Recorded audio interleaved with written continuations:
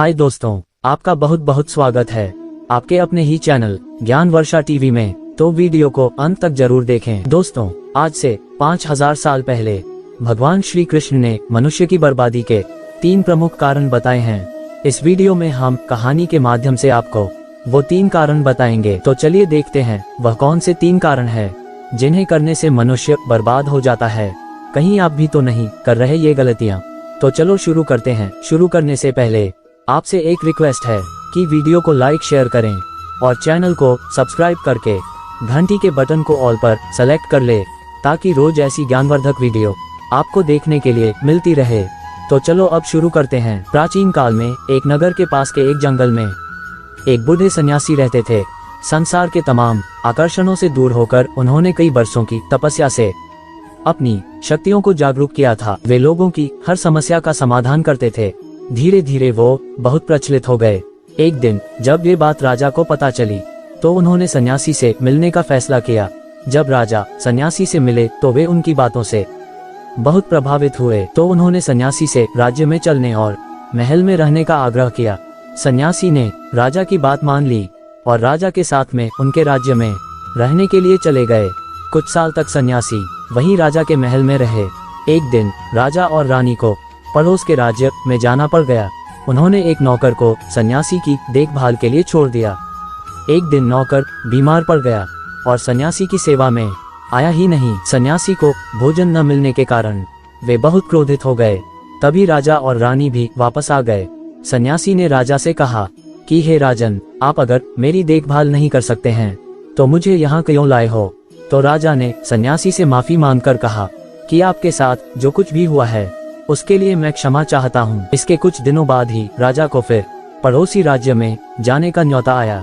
इस बार राजा अकेले ही पड़ोसी राज्य में गए और रानी को कड़े निर्देश दिए कि आप सन्यासी की देखभाल करना। रानी रोज समय पर सन्यासी को खाना भेज देती थी। एक दिन रानी खाना भेजना भूल गई और नहाने के लिए चली गई। सन्यासी भी काफी इंतजार करके जब भूख से बेचैन हो गए तो उन्होंने महल में जाने का निर्णय लिया। सन्यासी जैसे ही महल में पहुंचे तो उनकी नजर रानी पर पड़ी। रानी की सुंदरता सन्यासी के मन में घर कर गई। सन्यासी रानी के अद्भुत रूप को देखकर उसे भुला नहीं पा रहा था। उसने रानी की याद में खाना पीना छोड़ दिया और कुछ दिन ऐसे ही पड़ा रहा। कुछ दिन बाद जब राजा लौटे तो वो सन्यासी से मिलने गए। राजा ने सन्यासी को देखकर कहा, क्या बात है, आप बहुत कमजोर हो गए हैं, क्या मुझसे कोई और गलती हो गई है? तो सन्यासी ने कहा कि नहीं, मैं आपकी रानी की अद्भुत सुंदरता के मोह में पड़ गया हूँ और मैं उसे भूला नहीं पा रहा हूँ और अब मैं रानी के बिना जीवित नहीं रह सकता हूँ। राजा ने कहा, यही बात है ना, मेरे साथ महल में चलिए, मैं आपको रानी को दे दूंगा। राजा सन्यासी को लेकर महल में चले गए और राजा ने रानी से कहा कि हे प्रिय, सन्यासी आपकी सुंदरता के दीवाने हो गए हैं और बहुत कमजोर हो चुके हैं और मैं किसी ज्ञानी व्यक्ति की हत्या का पाप अपने सर पर नहीं लेना चाहता हूँ। क्या आप सन्यासी की मदद करना चाहेंगी? रानी ने उत्तर दिया, मैं समझ गई हूँ, मुझे क्या करना है? राजा ने रानी को सन्यासी को सौंप दिया। सन्यासी रानी को लेकर अपनी कुटिया में जाने लगे। रानी ने कहा, हमें रहने के लिए एक घर चाहिए। रानी की बात सुनकर सन्यासी ने राजा से कहा कि हमें रहने के लिए एक घर चाहिए। राजा ने सन्यासी की बात सुनकर तुरंत उनके लिए एक घर उपलब्ध कराया। सन्यासी रानी को लेकर घर चला गया, परंतु रानी ने घर को देखकर सन्यासी से कहा, ये घर तो बहुत गंदा है, इसे साफ करवाइए। सन्यासी ने राजा से कहकर उस घर को साफ करवा दिया। फिर नहा धोकर रानी बिस्तर पर बैठ गई और सन्यासी भी रानी के पास बैठ गया। रानी ने कहा, क्या आप जानते नहीं कि आप पहले कौन थे और आज आप क्या बन गए हैं? आप एक महान सन्यासी थे जिनके आगे राजा भी झुककर प्रणाम करते थे और आज वासना के कारण आप मेरे गुलाम हो गए हैं। सन्यासी को ये सुनकर महसूस हुआ कि वह तो एक सन्यासी थे जो सारी सुख सुविधाओं को छोड़कर शांति की तलाश में जंगलों में चले गए थे।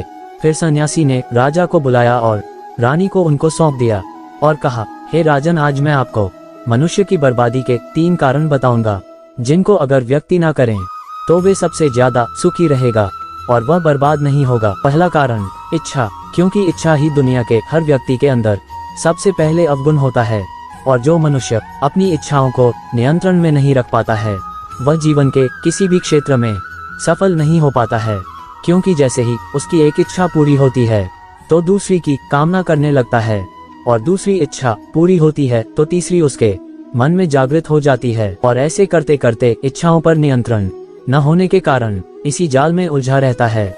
इसीलिए हे राजन, जब हम इच्छाओं पर नियंत्रण कर लेते हैं तो हम अपने मन पर भी नियंत्रण कर लेते हैं, और जब हमारा मन हमारे बस में होता है तो हमें सुख ही सुख की प्राप्ति होती है। फिर जो हम चाहते हैं वही हमारे साथ होता है। दूसरा कारण है वासना का जन्म हमारे मन में उठने वाली इच्छाओं से होता है।